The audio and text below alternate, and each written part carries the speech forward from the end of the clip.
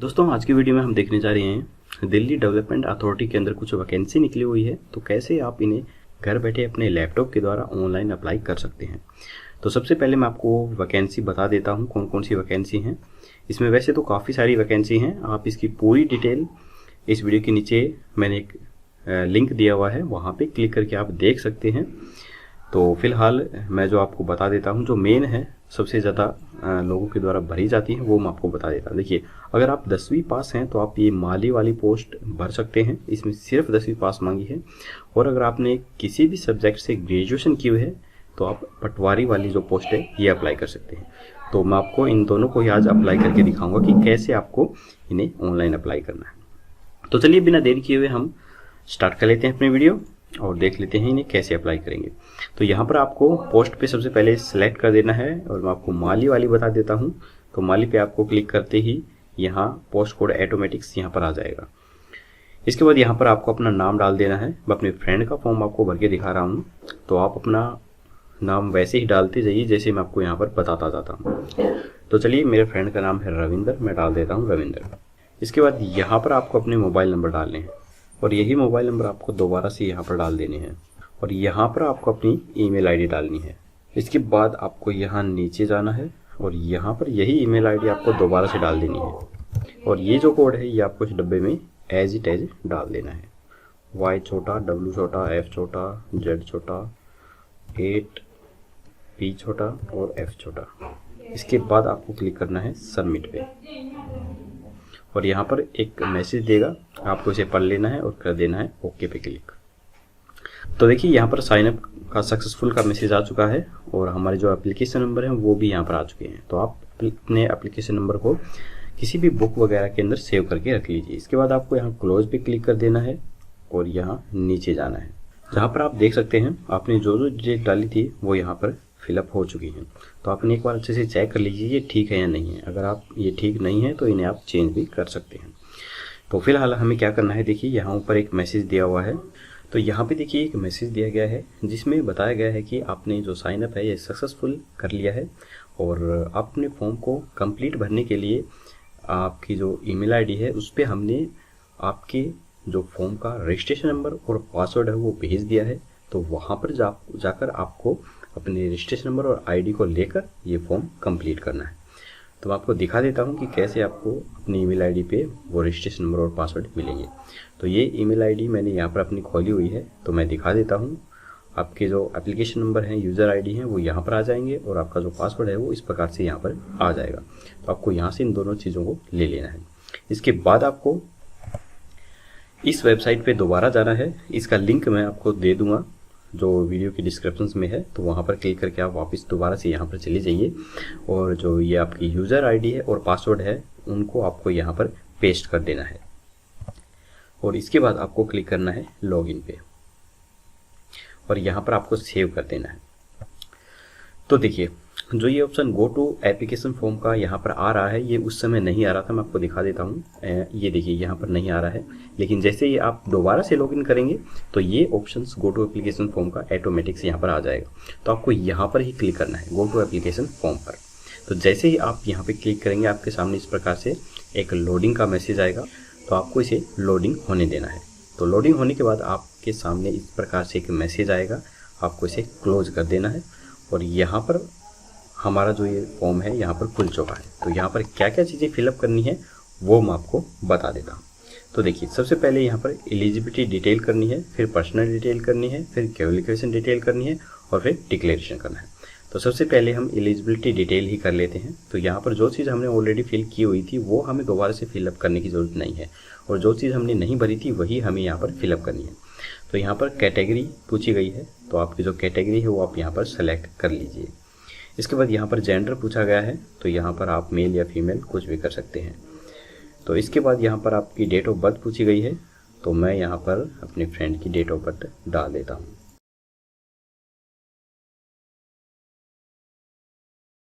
तो ये date of birth हमारी डल चुकी है और आपकी जो एज है वो यहाँ पर दिखा देगा। देखिए 23 साल 4 महीने और 19 दिन दिखा दिए हैं। इसके बाद आपको यहाँ नीचे जाना है। क्या आप फिजिकली हैंडीकैप हैं, तो यहाँ पर कर दीजिए नो। क्या आप एक्स सर्विसमैन हैं, नो। क्या आप जम्मू कश्मीर में रहे हुए हैं? तो नो। इसके बाद है, क्या आपके परिवार में कोई भी सदस्य गवर्नमेंट जॉब में दिल्ली के डेवलपमेंट अथॉरिटी के अंदर ये काम कर चुका है या फिर है? तो यहाँ पर कर दीजिए नो। आपको ये सब नो कर देने हैं। इसके बाद आपको क्लिक करना है सेव एंड नेक्स्ट पे। तो यहाँ पर एक मैसेज आएगा कि आपका डाटा सक्सेसफुल सेव हो चुका है। तो यहाँ पर आपको ओके कर देना है। और यहाँ पर जैसे ही आप ऊपर देखेंगे तो जो 2 नंबर पर्सनल डिटेल है ये ऑटोमेटिक यहाँ पर सेलेक्ट हो चुका है। तो यहाँ पर नाम हमारा ऑलरेडी हमने डाल दिया था, तो ये हमें डालने की दोबारा से ज़रूरत नहीं है। तो यहाँ पर हमें अपने पिताजी का नाम डालना है और यहाँ पर हमें अपनी माता का नाम डालना है और यहाँ पे हमें अपनी वैवाहिक स्थिति डालनी है, हम मैरिड हैं या अनमैरिड हैं जो भी। तो यहाँ पे मैं कर देता हूँ अनमैरिड। इसके बाद यहाँ पर आपको अपनी नेशनलिटी डालनी है। तो यहाँ पर आप कर दीजिए सिटीजन ऑफ इंडिया। यहाँ पर आपको अपने आधार नंबर डालने हैं। इसके बाद आपको यहाँ नीचे जाना है। Mobile number, email ID already डली हुई हैं, ये आपको डालने की ज़रूरत नहीं है। इसके बाद यहाँ पर पूछा हुआ है प्रेजेंट एड्रेस। तो प्रेजेंट एड्रेस में आप अपना वहाँ का एड्रेस डाल सकते हैं जहाँ पर आप फ़िलहाल रह रहे हैं, यानी कि आप किराए पर रह रहे हैं तो वो एड्रेस भी आप डाल सकते हैं, कोई प्रॉब्लम नहीं होने वाली है। तो यहाँ पर मेरे फ्रेंड का प्रेजेंट और परमानेंट एड्रेस दोनों सेम ही है, तो मैं यहाँ पर दोनों सेम ही डाल देता हूँ। कंट्री में आपको इंडिया डाल देना है, स्टेट में आपको अपना स्टेट डाल देना है, मैं हरियाणा कर देता हूँ। और सिटी में आपको अपनी जगह डाल देनी है, तो मैं यहाँ पे कर देता हूँ रेवाड़ी। और पिन कोड में आपको अपने पिन कोड नंबर यहाँ पर डाल देने हैं। और यहाँ पर दिया हुआ है कि क्या यह आपका एड्रेस जो है, जो प्रेजेंट एड्रेस है, यही परमानेंट एड्रेस है। अगर है तो यस कर दीजिए, अन्यथा आप नो करके अपना जो प्रेजेंट एड्रेस है वो अलग से डाल सकते हैं। तो मेरे फ्रेंड का ये एड्रेस सेम ही है, तो मैं यस कर देता हूँ।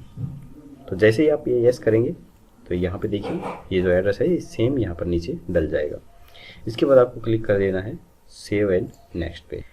इसके बाद देखिए यहाँ पर एक मैसेज आ चुका है, आपका डाटा सक्सेसफुल सेव हो चुका है। आपको यहाँ ओके कर देना है और आप ऊपर जाएंगे तो देखिए जो 3rd नंबर है क्वालिफिकेशन डिटेल, ये ऑटोमेटिक यहाँ पर आ चुका है।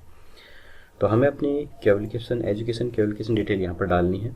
तो हम यहाँ पर डाल देते हैं जो 10वीं पास का ये फॉर्म है माली वाला, तो हमें यहाँ पर अपनी 10वीं की जो डिटेल है वो डालनी अनिवार्य है। उससे ऊपर की डिटेल डालनी अनिवार्य नहीं है, आप चाहें तो डाल सकते हैं, लेकिन 10वीं की डालनी ज़रूरी है। तो सबसे पहले आपको यहाँ पर आपने जो 10वीं किस बोर्ड से पास की है वो डालना है, HBSE BHIWNI, Haryana board of school education Bhiwani. इसके बाद आपने 10वीं किस साल में पास की है वो आपको डालना है। तो मैं डाल देता हूँ 2011 के अंदर। इसके बाद यहाँ पर आपको आपने जो 10वीं की थी उस स्कूल का नाम यहाँ पर डालना है। और इस डब्बे में आपको आपने 10वीं के अंदर जो जो आपके सब्जेक्ट थे वो डालने हैं। आप शॉर्ट में भी डाल सकते हैं, आपको पूरा नाम लिखना ज़रूरी नहीं है। इसके बाद 10वीं क्लास में आपने कितने परसेंटेज प्राप्त किए थे वो यहाँ पर डालने हैं। और इसके बाद यहाँ आप नीचे आ जाइए, यहाँ पर 12th की क्वालिफिकेशन मांगी हुई है, तो अगर आपके पास 12th की है तो डाल सकते हैं, अगर नहीं है तो कोई ज़रूरी नहीं है। मेरे फ्रेंड के पास है 12th की, तो मैं ये सभी चीज़ें डाल के बता देता हूँ आपको। यहाँ पर बोर्ड, यहाँ पर आपके स्कूल का नाम और यहाँ पर 12th के अंदर आपके सब्जेक्ट और यहाँ पर जो मार्क्स आपने प्राप्त किए हैं वो। इसके बाद देखिए यहाँ आप नीचे जा सकते हैं, अगर आपने ग्रेजुएशन कर रखी है तो वो आप डाल सकते हैं, अन्यथा ये भी कोई ज़रूरी नहीं है।